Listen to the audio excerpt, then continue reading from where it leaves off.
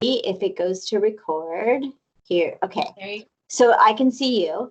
So welcome to the HyperDoc section. And this is called Creating in a HyperDoc.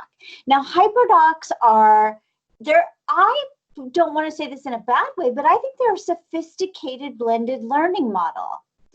And I feel really afraid right now, Kelly, because I can't see you, and I think it might be my computer. Can you see me? Am I moving?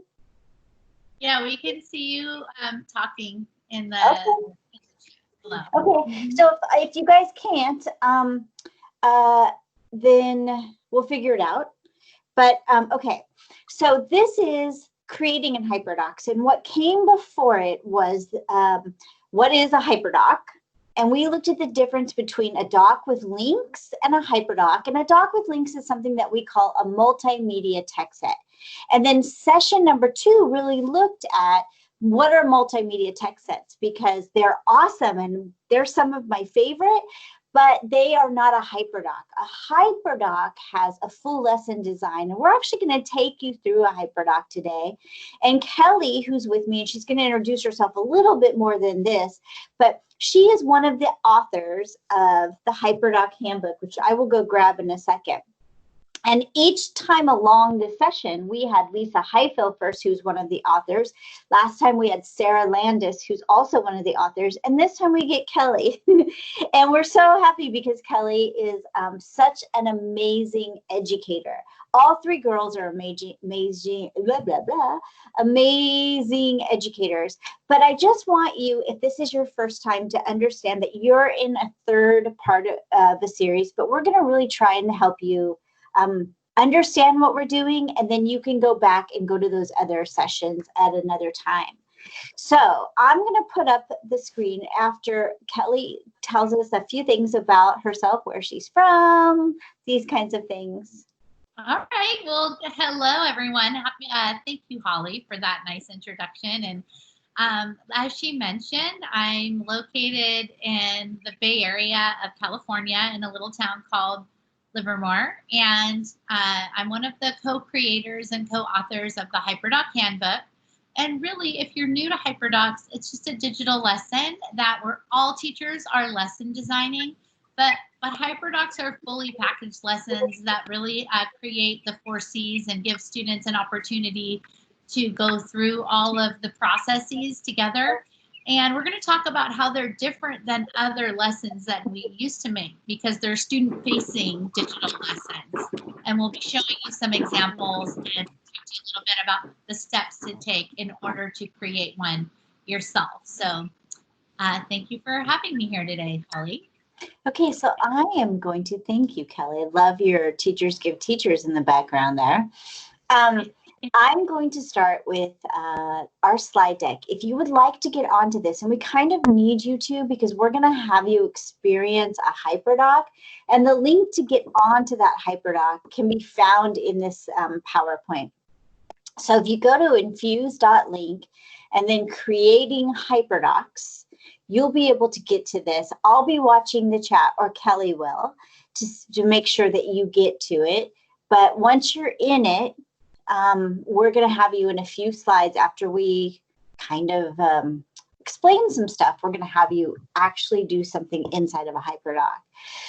So one thing I always like to talk about is I share out as often as possible, usually weekly, tips and tricks, HyperDocs that we're using in classroom, HyperDocs that these girls find that are fantastic. I share tips for using Flipgrid and Pear Deck and all the things that you'll learn from these Global EdTech Academy sessions in a weekly email. If you want to get in on that so you can see these student examples, and I normally during the school year will share with you student examples, you can sign up using InfuseLink /tips. At the end of the session, I am going to give a PD certificate. It's just going to say that you did an hour's worth of something, and I will open it up at the end, and then you'll have I think I've said 40 minutes to fill it out, and then I'm going to send it to you. I don't know if your school will take it. I don't know if it'll help you, but I just wanted you to have something because I noticed that they weren't giving that out via Q. So I wanted to be able to help you out. So we'll have that also at the end of the session if you're wondering if you can get some credit for being here. So I'm Holly. I am the author of the Microsoft Infused Classroom and the Google Infused Classroom. And starting tomorrow, hopefully, the Chromebook Infused Classroom. The Chromebook Infused Classroom won't come out until July 11th, but the final, I'll start being able to print it, hopefully starting tomorrow. But one of the things that can really help is getting involved in Facebook groups that we do for Infused Classroom. So if you are a Facebook user, you can go to Infused Classroom and join. Just put that you were in this session and I'll let you in right away. And that's a really good way to keep up with, like, oh, they're starting that round of the 4 sessions again. And for a way for me to kind of touch base with you. And if you have questions about anything, you can put it in there. Kelly also has a Facebook group that has like 30,000 people, maybe more, who are all talking about HyperDocs. Kelly, you want to talk about your group and some of these resources you have here? You know, our HyperDoc Facebook group is, like, we call it the kindest space on the internet. It's where teachers go and you can ask silly questions or you can ask serious questions, and there's always people there who comment and give each other feedback and really support each other because we're all in this journey together. We also host Facebook Live events every Saturday, so we like to feature other teachers, or we'll just talk about what's currently going on in education. And so that's a really inclusive and positive group. If you're on Facebook, I encourage you to join that one as well. And I just found a really good, like, I love the short story, The Lottery, and someone shared out a lottery HyperDoc last week. And I shared that with all of the teachers I work with, straight from your HyperDoc group. And I learned about a Juneteenth, really, it was a Frederick Douglass HyperDoc, but that incorporated Juneteenth in it. And a teacher had been doing that for 2 years already. So it wasn't, there was a tweet that went out today about Juneteenth. So it wasn't that, but so we're going to share that with you. And with their live shows that they have every Saturday, you learn about teachers who are using this in the classroom. And I'm obsessed with these live shows. So you definitely want to join their Facebook group. So let's talk about some fun we're going to have today. So if you would like to win the Microsoft Infused Classroom, Google Infused Classroom, or the Chromebook Infused Classroom when it's out. And I know this is a Microsoft session, so you probably want the Microsoft Infused Classroom. I am giving away, and for some reason it's over one of the tags. But if you do a GIF on Twitter, and if you're not on Twitter, you could do it on Instagram. But those are the only ways I can find it. If you do a Holly Clark EDU and Kelly Hilton and then Microsoft EDU and then say something you learned today, I go through, and often there's only like 10 or 20 of them. And then I give a book away to one of the ones that really spoke to my soul, or sometimes I just pick with my like this because I can't decide, they're so good. And then I send you a DM and you can win a free book and I send it out to you. So, I am going to move past that. So if you have access to these slides, then you can go back and see how to win that. So we're going to talk about what an infused classroom student looks like, because that's really going to help us set the stage for why we want to use HyperDocs. And HyperDocs for me are this packaged lesson that we can use in a remote learning environment, but it does all of the things that I'm talking about here. So a lot of times when people get devices in their classrooms, whether they're Surface tablets or whatever the device is, teachers ask, what is it I can do with these devices? And what we really want to instead do is ask, what can the students do with these devices? How can they learn and curate and do things that help them become better learners with these devices? And so with that in mind, kind of came up with this framework for how do we help students activate their curiosity. And HyperDocs do this so well. You're going to see it in a second. How do we help them manage and keep track of their learning? So HyperDocs have this kind of organizational structure that keep kids, even kids who might have an IEP for, let's say, something like executive functioning, they can keep track of where they're going because it's in this really nice package, and you're going to see that. How can we allow them to apply their learning to something or demonstrate their knowledge of what you've been studying? And HyperDocs embed that inside of it. And then how do we have this last reflection piece? And we have some Canadians in here who know that reflection is an important part often, depending on the province, but often of the Canadian education system. Not so much here because we're running through content to get to tests. Well, next year we're not going to have any statewide tests. So we can take a second and see how reflection can be so important in the learning process. And so HyperDocs allow us to build that in, and you're going to see that here in a second when we go through our first HyperDoc. So I want you to think of this framework as we go through it. Where am I activating your curiosity? Am I? Where am I helping you kind of find your way around this and keep track of where you are? How am I allowing you to apply this knowledge? And are we going to have a time for reflection? So just keep these in mind as we go to the next one. And I'm going to talk a little bit about this. And then after we go through the HyperDoc, Kelly's going to jump in and really explain from the person who knows it best what a HyperDoc is. And so that's what we're going to learn today. We're going to learn what is a HyperDoc. We're going to experience in a second learning in one so you can feel what it's like as a student to have that choice and that agency over your learning, and how to get started making one. And then next week, and here's the fun part for the people who are here today, next week we're going to have some people who volunteer to spend this week trying to make one and then share with us the process that they're going through. And then we're going to have Lisa and I in there coaching you and saying, okay, yes, add this. Oh, maybe think about this. And so those people who volunteer to be our HyperDoc kind of guinea pig, I guess, they're going to get a free HyperDoc book, which is not something we do often because they're in color and they're a little expensive. But we want to give you an incentive. So if you have something that you want to do for next year and you need someone to push you into making a HyperDoc, you can be one of the people that volunteers to be part of this ShareFest session. So now it's time to learn inside of a HyperDoc. I'm going to click here, and I want you just to wait before you click and let me explain some stuff to you. So Kelly, is it opening up to the HyperDoc? Can you see that? No, we just see your slides. Slides, okay. So then let me go and reshare a different way. And I'm going to go to my desktop window. Hopefully this will do it. And then now, Kelly, can you see it? No, I see. Oh, there it is. Yep. Okay. So here we are in a Google Doc. This can be a Microsoft Doc as well, a Microsoft Word doc. But I just want to take you through this, and then I'm going to have you go in and try this. And we're going to give you like 10 minutes to work. So if you're sitting here going, oh, I don't feel like working, you need to experience this.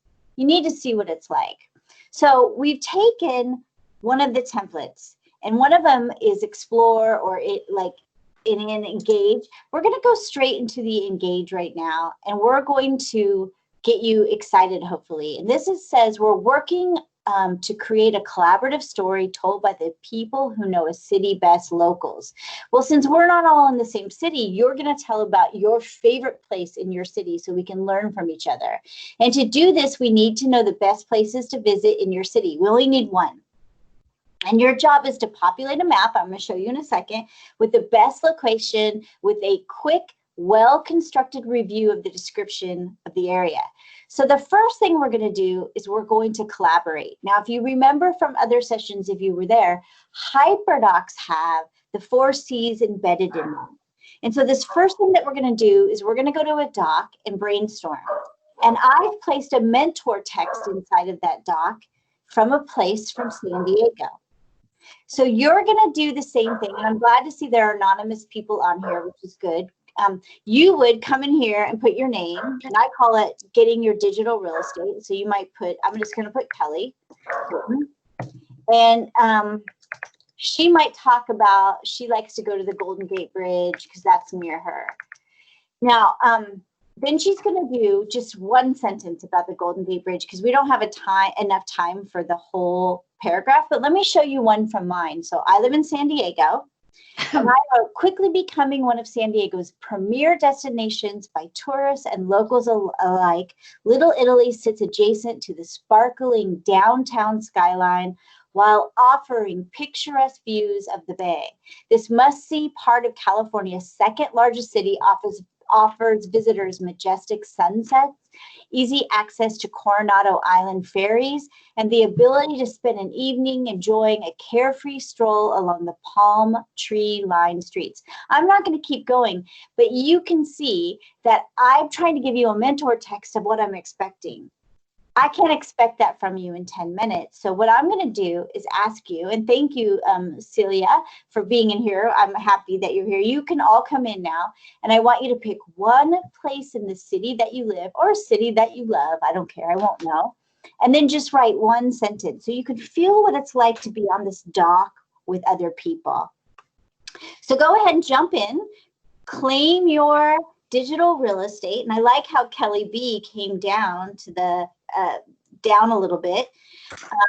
So she made sure to have her space. Oh, look, we have a Seal Beach person just up the road. And then I will show you what to do next. Now, normally I would play some music, and I guess I could ask Google, hey, Google, play Bruno Mars. Oh, no. Don't play that. Okay, Google, never mind.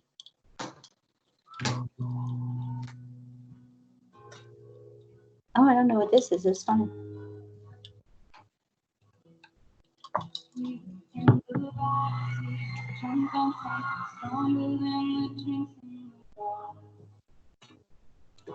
Little Taylor Swift came on for some reason.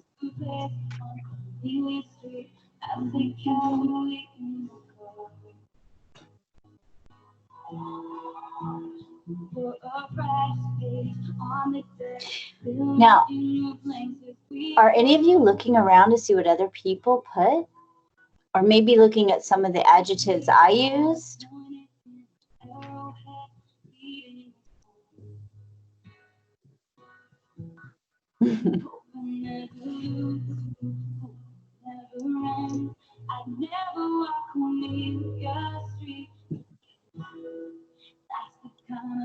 Oh, look, we have a Chula Vista person. Hello. So much fun. San Diego. What? I got lots of San Diego people here with me.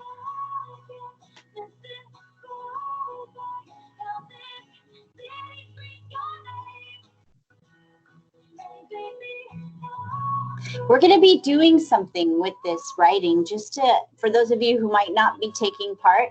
You won't be able to join us in our next really fun collaborative thing we'll do together.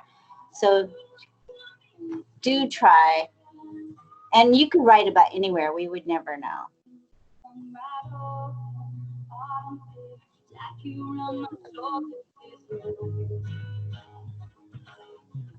Oh, look at all of these. We got a lot of California people.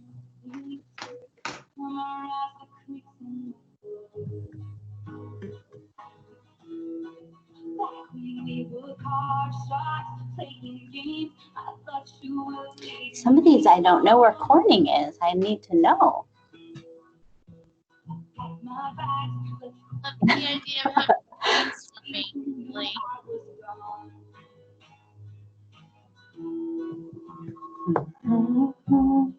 I like the idea of coming to see chickens.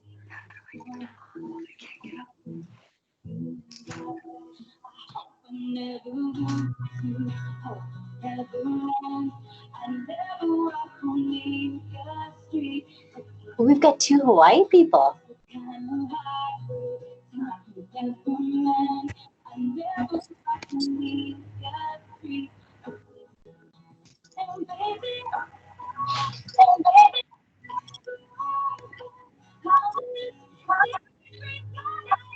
Okay, so I'm going to give you about a minute just to have something so that you'll be able to come with us to the next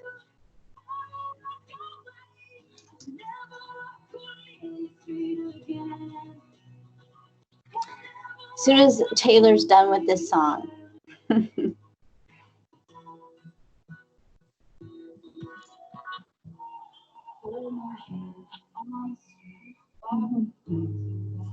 I love this friendly faces, like really good adjectives coming into this.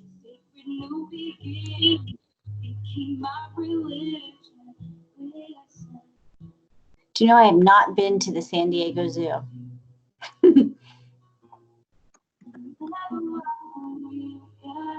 That always happens, right?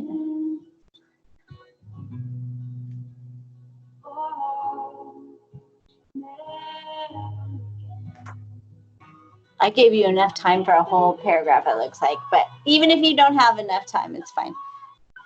Okay, Google, stop. Okay, so we're going to take what you have, and you can finish if you want, but really I want you to pay attention to where we're going to go next, because this next part, I'm going to ask you to come into a Google map and show off where your thing is. So I need you to watch me if you haven't done this before. If you happen to be like a geo expert, you could probably keep typing, but I want you to do your best to come back and watch the screen right now of where I'm going to go next. So we brainstormed and we worked together, and we did that inside of that doc because I wanted you to be able to get examples from other people. I wanted you to see other people typing, so maybe you got a little worried that you needed to get started. There's a lot going on when we collaborate in that way, but most of the time it's around getting examples that we can that help kind of kickstart us. So we're going to come over and try to pay attention to this. We're going to come over to the apply. Now we're going to take this place and we're going to apply it to a map and show this great thing. Kids would in class like get the perfect paragraph and stuff like that. But right now we're going to head to this map. And this is really important that you pay attention to this because everyone does this wrong. So just take a second as a brain break and watch me. So I need to have selected inside of this HyperDoc one. And I know I'm selected because there is a blue line right here on the left-hand side, if you can see that. If I'm in Portland, it's going to go on that map. And people from Portland have already populated a map there. But we're going to be working inside of the HyperDoc one. So I want to make sure that that's selected and there's a blue line. Once I'm there, I'm going to put in Little Italy. And it's probably going to put in New York, which it does first. But I'm going to go to Little Italy, San Diego. And it's going to plot me in the map. So once I do that, there's three things I have to do. I'm going to add it to the map. I'm going to add my paragraph. And I'm going to add a picture. So I'm going to show you that, and then I'm going to keep saying it to you so you remember. In class, I can have this on the board. It's a little bit different here in this virtual environment. But first thing I do, I'm in Little Italy. That's great. You can see this. I was talking about being able to see the bay.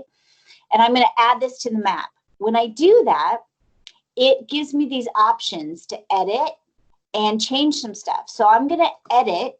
And I'm going to go back over to the doc and I'm going to, I'm going to grab this, I'm going to grab this paragraph. I saw 2 periods there. I want to take care of that, but I won't right now. And I'm going to click inside of this box under Little Italy, and I'm going to put my description there, and I'm going to save it. Now I'm going to go just do the third thing because I added it to the map. I'm putting in the description, and I'm going to go get a picture, and I'm going to go to Google image search, and I'm going to put in Little Italy, San Diego. I'm going to have to spell it right. And all of these look like Little Italy, and it doesn't really matter for time's sakes right now. And I'm going to add that, and I'm going to save. And now when you go to my thing, what happened in error? Adding image, it didn't like that image. So let me just do this one. And there we go. And now my image and my description are there, and I save it. And now I've added my application, my thing that I want to share in our collaborative map there. So now you go click in here, you go put your place. So I saw San Diego Zoo. So you put that in, and then you do 3 things. Add to map, add your description, and add a picture. So I'm going to put on one more song and give you time to do that. I'll be watching over here, but here's one thing you need to know. Maps don't update in real time. You have to refresh, and then you'll see, like, well, there's the Seattle area. Let me get back down here. I'll know when you start putting stuff in. So go for it, and you go back to this particular, and this is why it's organized. You just come back to our holding place right here, and you click on this map, and now you can add it. Anyone who wants to put a question in the chat, I'll be there watching it. And I'll get rid of San Diego Zoo for the person who already was doing that. So you can do it. So I'm going to come back over. Please feel free. There were some people who were saying they were not able to see your screen. Now, I was able to watch you do that. I just thought we could check with the group. That was everyone able to see Holly go through that process in Google Maps?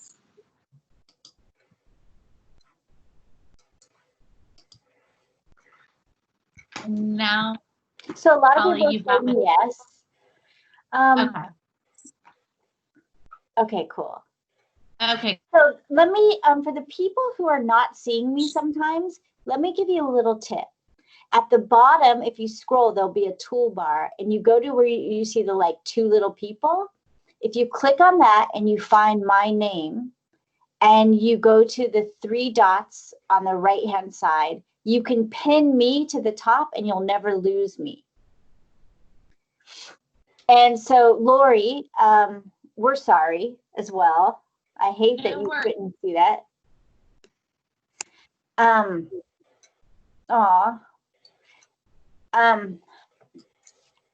Anyway, so just go play. Be like a fourth grader, Lori, and just go to that map and see what you can do. But just make sure to click inside of the HyperDoc square. Guess what? Go ahead. To like refresh and see how it's coming together. When you refresh, you can see other people's pins, and so that's kind of exciting to see that come together. Yeah, I hate how it doesn't update in real time. And trust me, I've yelled at a couple kids for not getting stuff done. They're like, but I'm working. I didn't yell at them. I lightly tapped them on the shoulder. So if you're not there and you can see my screen right now, go and tap on me in the people, and I'm going to go through it one more time for anyone who needs it. So inside of this HyperDocs, I'm going to type in a different location now. I'm going to type in one of my favorite places.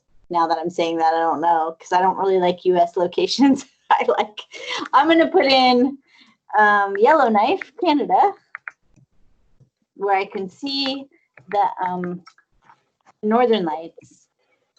And there it gives me a pin. I'm going to hit the edit button and put in my description, cut and paste.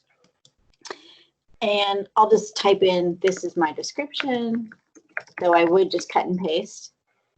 And I'm going to hit add an image.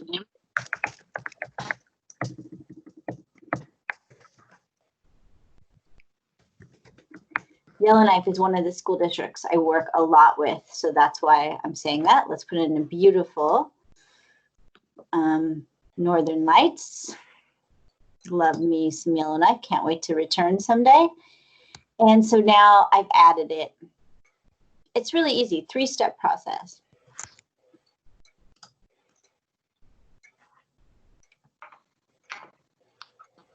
Now, sometimes people accidentally go into like Portland or Seattle. It's okay. I just want you to experience it. You're not getting a grade today. Looks like some people might have accidentally made a layer, which is fine. I'm getting rid of it. So I will give you. Refresh, Noelle, it should probably say, as long as you click save, you click save first, and then you can refresh and see everything. Thanks, Cal, for your help on that. Sure. Yes, click the, yes, no, yeah, you were answering that. How do I get that box to pop up? So thank you for asking that. I'm going to go back over and show you. And let's just do Yellowknife again. And when I add, then the box pops up and I do this edit right here. And when I click on that edit, which is like the pen, then I can get this box right here. And you can see it automatically gives me the option also of adding an image. So that's fun.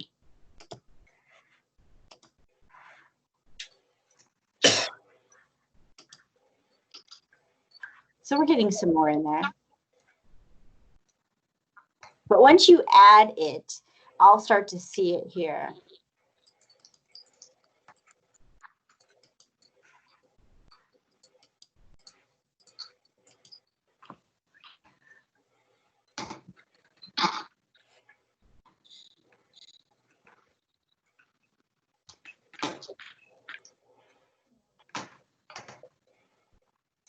So it says, do you suppose to get any map from Google? No, you're supposed to go to My Link. And My Link is right here because I've set up this map. It's inside of this doc on the second kind of square, maybe. And we click here to this one. And so what you're doing is you're going into a collaborative map so that we can work together. And right now we're all over the world, but usually we stay like in Portland, Maine. And when we stay in one area, we can see things more easily on the map.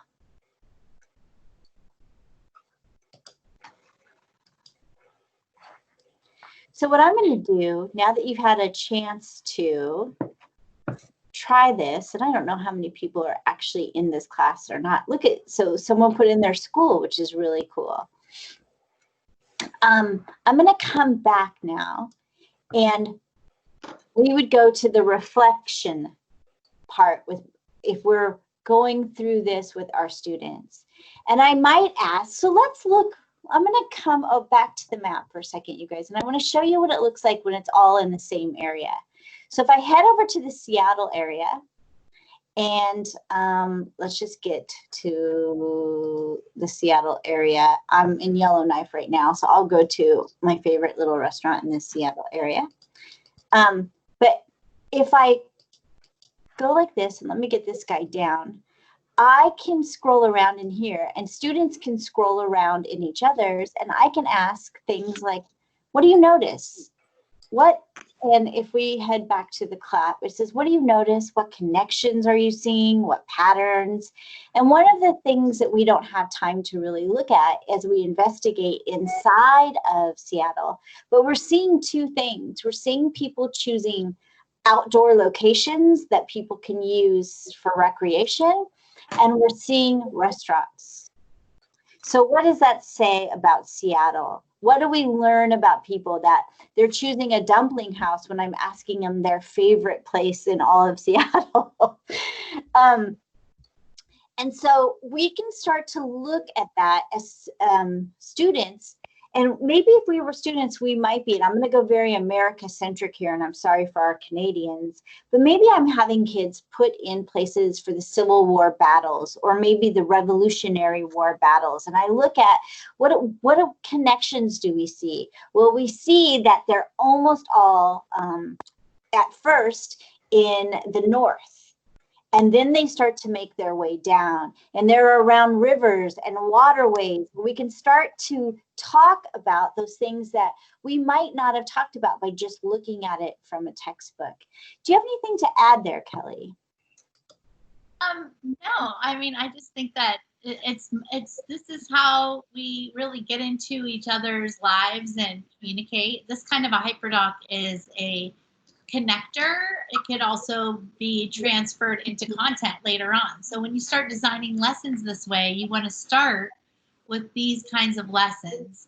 If you think about it, you started as Holly created that safe space for you to brainstorm ideas first and just jot down your thinking about a place. And then she moved you into the application onto the collaborative shared slides.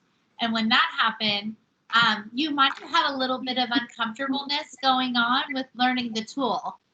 Raise your hand if that was you during this time, right? There was a lot of questions being asked because it's new, but as a application of knowledge in that Google map, you can add that text, that video, your content, and you can only imagine the critical thinking that students can put into this over time. You've just spent about the last 10 minutes or so, but imagine what they could do with more time with this kind of an activity. And this is like also a one lesson kind of thing. A HyperDoc can have layers and layers where we're doing a lot more. But think about this, and I don't mean to be California centric on this, but we do have a lot of California teachers.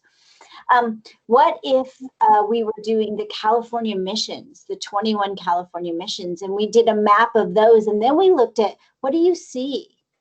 What's the same in these missions? Where are they purposefully located? Instead of just having kids read from a paragraph in a textbook, have them uncover why these were placed in the places that they were.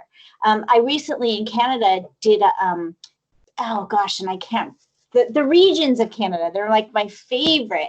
And I got to help teach the regions of Canada. Same thing, like, what do we notice about some of the spots that have become touristy in these regions?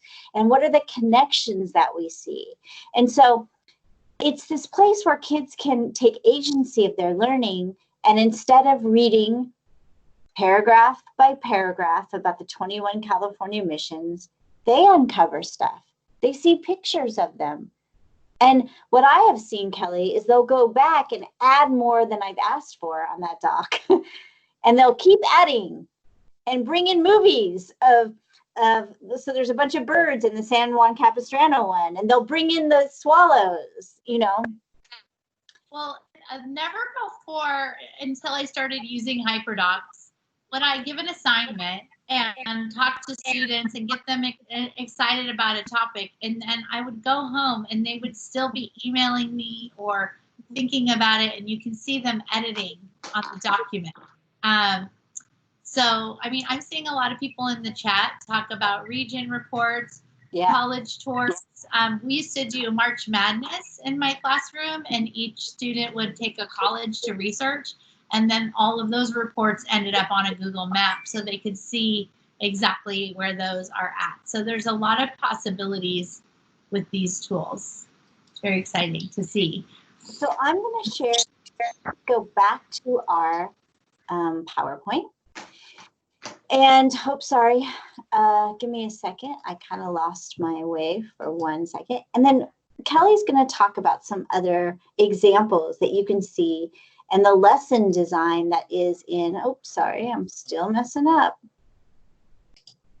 You know, like your first week back to school, this is what I feel like right now.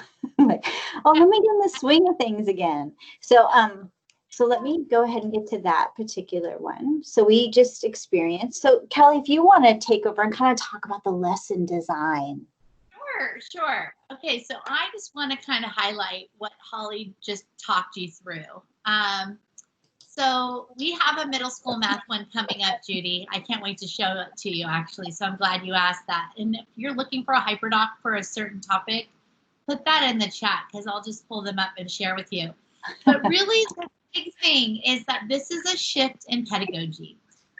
When I started teaching a long time ago, you know, back in 2000, I would take my lesson plan book and spiral notebook of a calendar, and I would write out everything that I needed to do to get through the day or the week. And I was really covering content. And then I started to look at, you know, so that was my plan book. And when I made plans, I'm just assigning stuff. And then I would assess afterward. And then I would assign some more things and then assess, right? And then my integration for technology might be updating a website or something. But with all the tools and with technology in the students' hands, now I actually can package my whole lesson on my favorite web tool. Today we're talking about Microsoft. We're also talking about packaging in Google. You can package on ThingLink. You can package on a website. You can package on a Sutori or a Bunsy. It doesn't matter how you package it, but you would put all of your lesson pieces together and you actually give it to the students. Where when you have it all over the place in your plan book or in a link, in separate links in a Google Classroom, it can sometimes be challenging for students to follow along. So the full lesson together is really supporting all of our students and the framework for universal design for learning. Also, after the design, the delivery is shifting.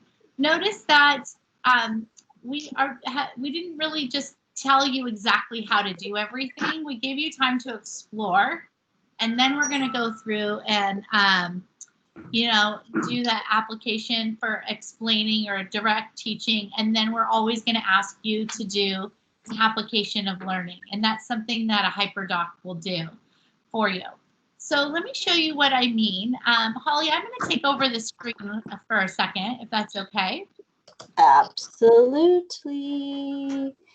Show you two things. The first thing is Holly just did that HyperDoc with you, and it looks like this. And in this lesson, she has explore, like engage, we need your help, brainstorming, and then the apply and the share and the reflect. This is another version of the similar lesson, okay? So when she's talking about that one, this is a similar thing. It's now just packaged on Google Slides, or it could be packaged on Microsoft PowerPoint. Students watch a video about their happy place, and then they just go create. And they actually use Adobe Spark to design a post, a video, or a page. And then after they create, it ends up on the map, and everybody puts all of their work into the map. So you can see how creative HyperDoc lesson designing is, because everyone puts their own little spin on it. And the other thing is, this third example here is the original Happy Place HyperDoc. It's one Google Doc for let's watch the video at the top, explore and write about it here, similar to what Holly had everyone do. But Holly turned that into a collaborative activity for you, where this is an independent activity. So it just depends on your teaching style. And then everybody hopped onto the Google Map. So that's just one way of envisioning. As you're joining the HyperDoc creation team, we say be a designer, not an assigner. That's one of our quotes from the book. And I do want to quickly show the book itself, because a lot of what we're talking about here today is in here, and how you can go ahead and take a look and consider yourself as a designer. And this was written so that, and partly of what Holly's doing in her series is giving you the background. And we're on chapter 3. This is week 3. We're on chapter 3 today, which is how to build your own HyperDoc. And what we have is the 7 steps to the lesson design that now when you sit down and plan, which is different than our plan book in our spiral notebooks, when I sit down and plan when kids have technology in their hands, I can have them do so much more. And that's what the framework is about. We have a template for that, and we have a lot of examples to show you for that. So let me just share with you really quickly a teacher's journey, a story about a teacher that I work with and how his continuum of learning how to teach in this way progressed, okay? It started with this assignment, and it's called the USS Maine. This is a high school social studies teacher, and this is an assignment that he would give to students. They were asked to read 2 articles and then go ahead and answer the question. And he wanted them, and the articles are linked on here, and he wanted them to see 2 different points of view in this activity. And you can see it's just basically directions in a document. But as he started to integrate and change his lesson design, he took this lesson and turned it into this lesson. Now, let me just ask you, like, what do you see different on this lesson? Well, there's color now. There's some images, tables on the document. And sometimes we, like, that's the process, but has the instruction really changed? So in this document, students were asked to read, then collaboratively write on the document, and the table is used as a graphic organizer. So he's getting closer to using the tools in a collaborative way. But now let's talk about, I don't know how he taught this lesson. It still looks like I just fill it out. I love that students can write on here together, but I can't really see the lesson flow. So the third iteration is this one here. It's called, this is his actual HyperDoc that he designed. And now he's taken that original assignment, that second version here, and packaged it in a HyperDoc. And here's why this is a HyperDoc. First of all, there is the objective is listed on the first page. Students know what they're learning about. What happened to the U.S. campaign? The image already kind of starts creating an experience so that they're going to be immersed into this lesson. Similar to when you open a textbook and you see the vibrant colors. But now we have the opportunity to put that in their front-facing lessons that they have. I want you to also imagine what happens when your students are absent for the day.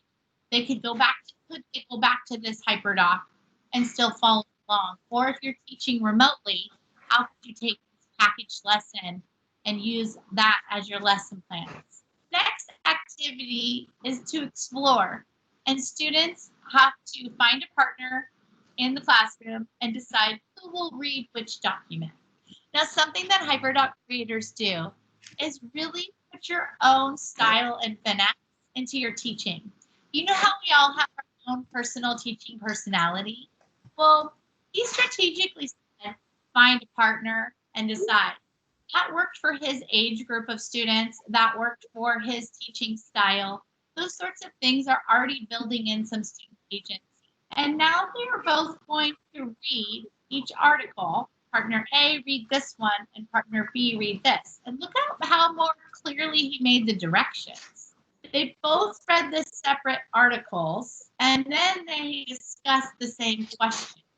And instead of having them read both, they're learning from each other. So already that blend of collaboration is built in. And then this link takes them to a Padlet. They can now share their comments with the whole class. So not only is it a partnership activity, it's actually now the Padlet where they can start collaboratively talking on that space. Okay, so that's the Explore. He has not taught them anything yet. He gave them the link, and students are already engaged in the learning. Now he wants to teach them specifically about yellow journalism. Now here's another way to speak to a student. Or both of these videos. If somebody said that to you, you might think, what? Well, how am I supposed to choose? Don't you think you have some kids who will just watch one, but you have other kids who are going to just watch two, only because you wrote that on the slides, right? What do you think, Holly? I think they're going to watch them both once they get interested in one, right? Right? Yeah. So they'll see one and then watch another. But this is where he just put them both there, and then they have a class discussion. And then the third activity is the explain and apply. Now, what are you going to do with what you just learned? There's a lot of choice in his apply. He's got Google Drawings, Think, Chart, and Powtoons, all as options for creating a political cartoon or answering those questions. So not only is there choice in the responses, but there's also the choice in the tools. So this sort of illustrates the journey that you can be on. We're all on a continuum of learning. But the HyperDoc has within it explore, explain, and apply. Now, when you're ready to start creating your own, I want you to really bookmark this slide here, or there's a 5 steps document linked here. These are the steps that the designer really needs to take. Think about your grade level, your content area, the length of your lesson, and your specific objectives. And why are you creating this HyperDoc? That together. In fact, that 5 steps doc here could actually be, you can make a copy of it and jot notes digitally, or you can print it out on paper, because some people prefer to jot their ideas out on paper and then put them digitally together. And also, it's summertime. So if you have some other teachers that you collaborate with, or you're making plans for the fall, this is a good time to start playing around with creating a HyperDoc that might help solve a problem or help teach a lesson that you're going to have to teach in the fall. The second thing yes. I just was thinking, because as normal when you're presenting, we are 7 minutes away from being done, and we haven't gotten to some of those HyperDocs, and people are jonesing for the math and whatever. I think instead of, like, we can go through these really quickly, but I think in our next session, instead of having people do a share fest, next session we'll take you into a bunch of different ones, show you a template, and answer any questions about getting started. And this way you can show these really quickly, but we can dive in deeper next week so that you feel like you understand it enough to get started. Perfect. Yeah, perfect. So I believe there was a middle school math teacher. So Yeah. I definitely want to show the proportional reasoning HyperDoc. This is one of my favorite HyperDocs, and it's linked there. It's a HyperDoc that started as a text set. So in my own progression in teaching this topic, I started with just this part of the table in my thinking, and I designed this with a 7th grade math teacher who was working in a resource class, and we were trying to find ways to really teach proportional reasoning, which was very over the students' heads. So these, at that time, so these 3 links were very carefully chosen because there's so many resources out there. It started with this video that I found, and I just put wonder, and it's a video that applies like cake designing and proportional reasoning. So that real life application. So the students watched that together, whole group, and we gave them the HyperDoc, and we watched this together. They just watched it on the screen in the room together. It was a shared experience to set that tone for what is proportional reasoning in relation to the real world. Then I invite the students to hop on over to the next link.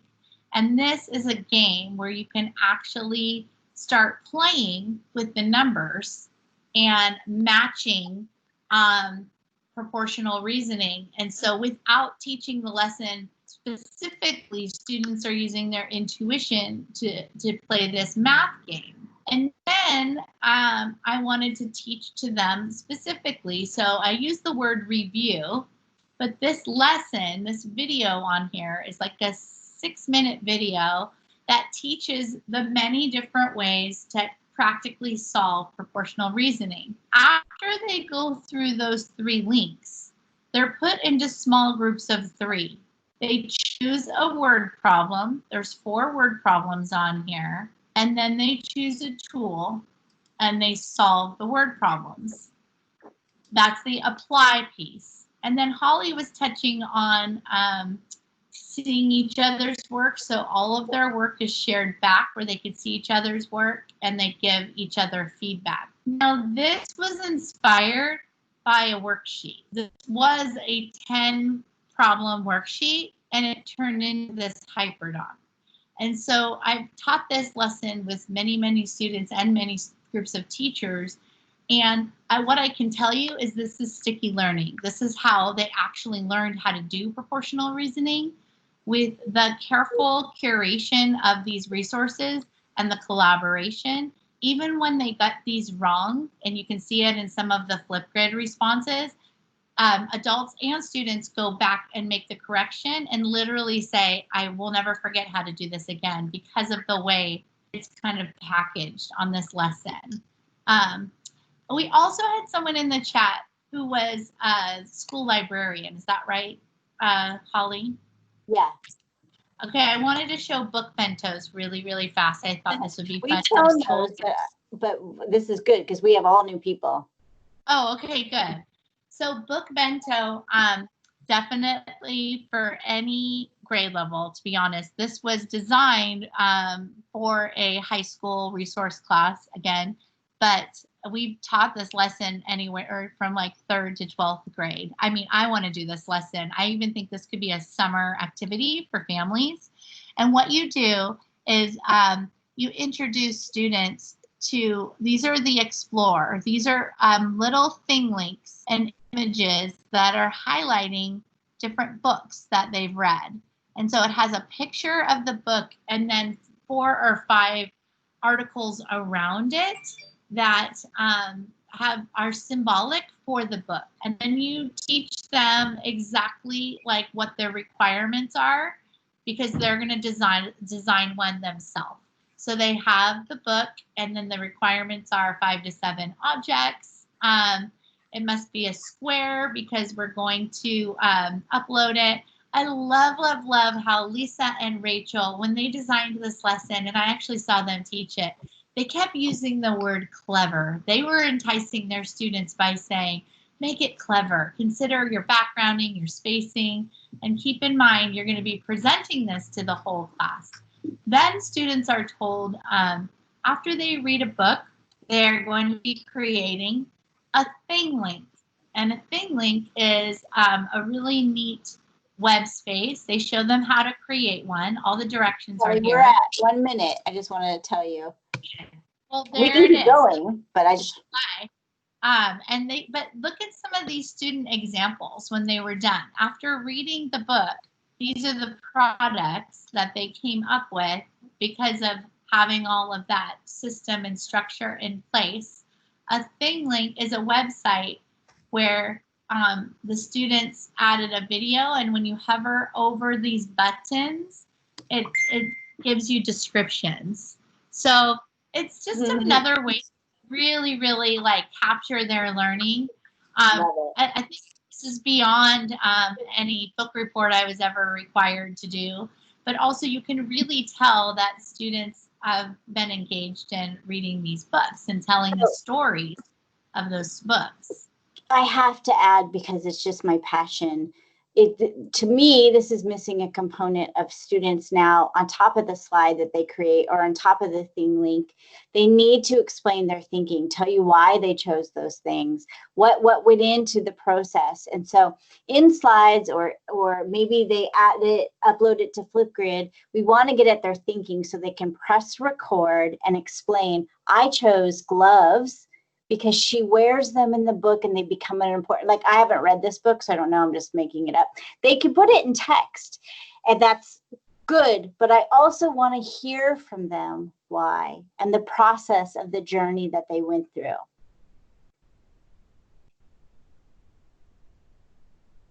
Cal, you still there? What HyperDoc does is like spark creativity in other teachers. So that's just what you're explaining. And what's really kind of beautiful is what you just said you wanted them to do is what ThingLink can actually do for you. In ThingLink now, students can, near their text, press record. And so you wouldn't even need another tool. ThingLink is probably one of my new favorite tools. I use it a lot for professional development, where as soon as you click on the button, you can hear the student's voice explaining it. And so, yes, everything you said, like that's how I would add to this lesson as well. And that's really what HyperDocs are about. I know we're about time here, but I do encourage you to check these out. These are sort of our favorite ones. I love the PSA because it's really simple, explore, explain, apply. And what I love about it is There's space for kids to jot down their ideas. It's really a good example of everything in one place. You will be so inspired to see the Frederick Douglass HyperDoc that's linked here. That was designed by my friend, Nadia. She was on our Facebook Live last Saturday explaining this, and she's going to be on Holly and Matt's show next week. She's amazing, and this lesson is really relevant to today. And we talk about how we did PG in her classroom with that lesson. This Humans of New York is another passionate HyperDoc of mine that students telling their stories really can work with any age level. And when you're ready to start, you have these options depending on your comfortability with technology. Some of us are just ready to start from scratch. We've been playing around and you just want to like open up Microsoft OneNote or PowerPoint, or maybe you also use Google and you just want to start designing your lesson and building all of it in one place using Explore, Explain, Apply. Other people may really want to just look at other examples and find one that works for you and make a copy of it.